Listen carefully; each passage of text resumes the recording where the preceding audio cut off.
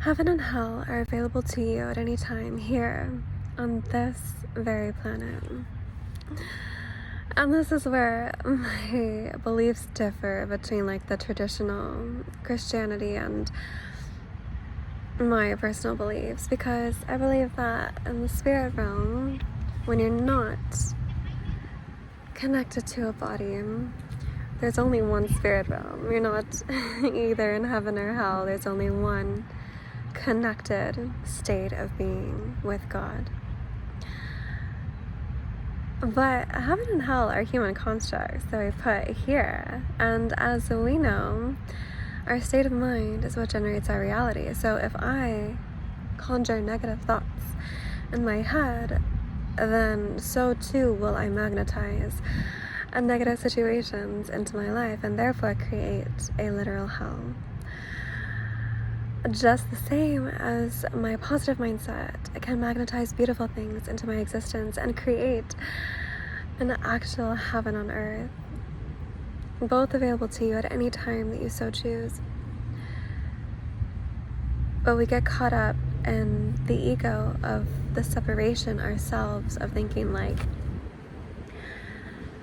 no, I'm only here right now. I don't have a choice. I'm stuck here. I'm stuck here in this reality. This reality is rigid, cannot be adjusted.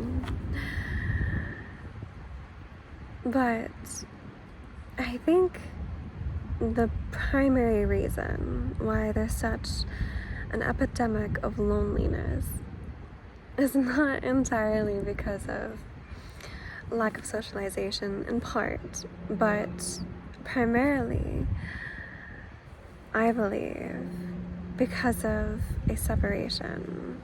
Because we believe ourselves to be separate from the spirit realm, because we believe ourselves to be stuck here, stuck in this reality, separate from God, that only when we die will we be reunited. Only in death will we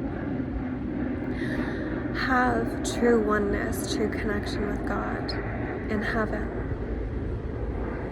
But if we expand the concept to include this current reality and create heaven on earth, how do we create heaven on earth? Not only through positivity, but through oneness. Because heaven isn't just about getting all the things you want and just about living in comfort. Heaven is about living in oneness. That's the true bliss.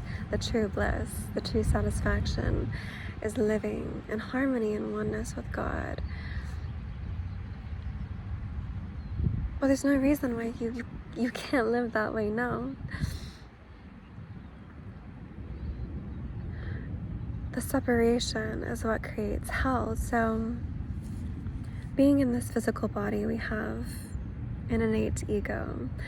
That thing that separates us from all the rest, that keeps us like thinking that, oh, I'm me and you're you, and God is this separate thing. But in reality, we're all one, experiencing this creation,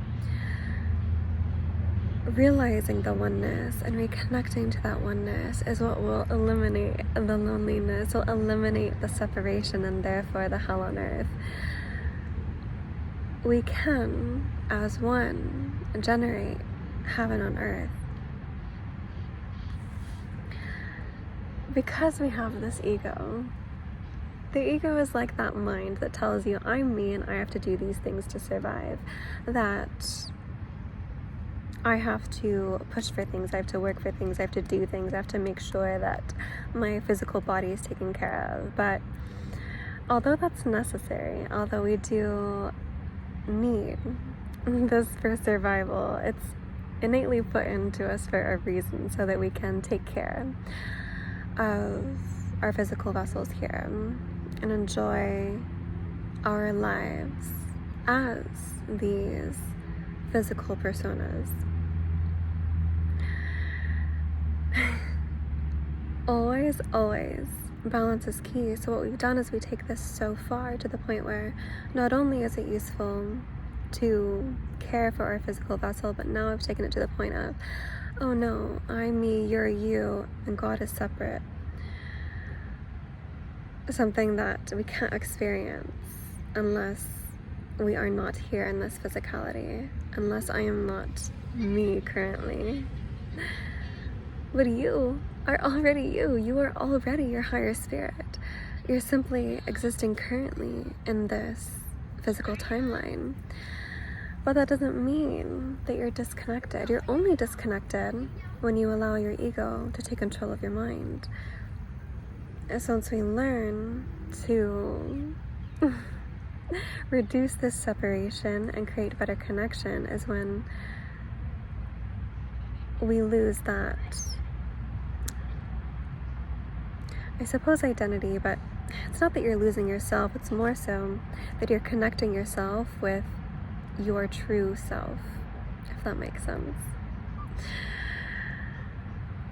So when we and we spoke about this yesterday, when we think of it as, oh, I'm me and I have to figure this out, I am the one that has to figure this out, I'm the one that has to find the answer, and you work and work and work and spin your wheels trying to find stuff, going, I'm me, you're hurting me, or this thing's hard, or I'm supposed to struggle for this thing.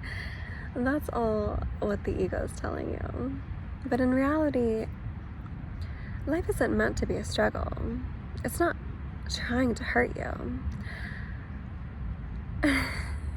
It's meant to flow. But when the ego takes over the mind, that's when we forget that and we struggle. But in reality, all you have to do is let go. Literally, in practically every situation, I've found that the moment that you let go, the moment you reconnect and find that oneness, is the moment you find all the answers without even trying. Effortless flow. The moment that you let go. Because within you is already that higher spirit, already that energy that is connected to the source energy of love, that is already existing in bliss with God.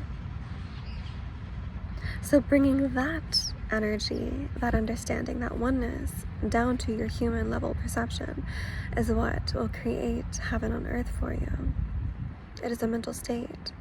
And as we know, the more that we alter our mental state, the more that our physical reality will move to reflect that.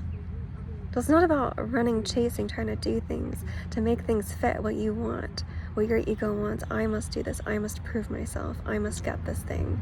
No, none of it matters. Empty your mind of the wants, of the desires, of the I must be, I should be. The more that we empty ourselves of those thoughts, the closer we get to God. The more that we empty our minds of the struggle, the more that space is created for understanding to flow through, for God to speak through you,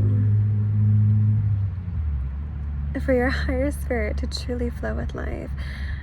And you'll come to find that your personal heaven begins to circulate and magnetize towards you. But you have to let go. You have to let go of the wants, because it's not about the things. Once again, heaven is not about the things. It's about the connection. It's about reducing the separation. Why do we feel lonely? Why do we feel that we need to buy things or have things or achieve things or prove ourselves? Because we're missing the one thing that matters. Because we're filling the void with things, thinking that eventually we'll become full. But you'll never be full until you first empty yourself.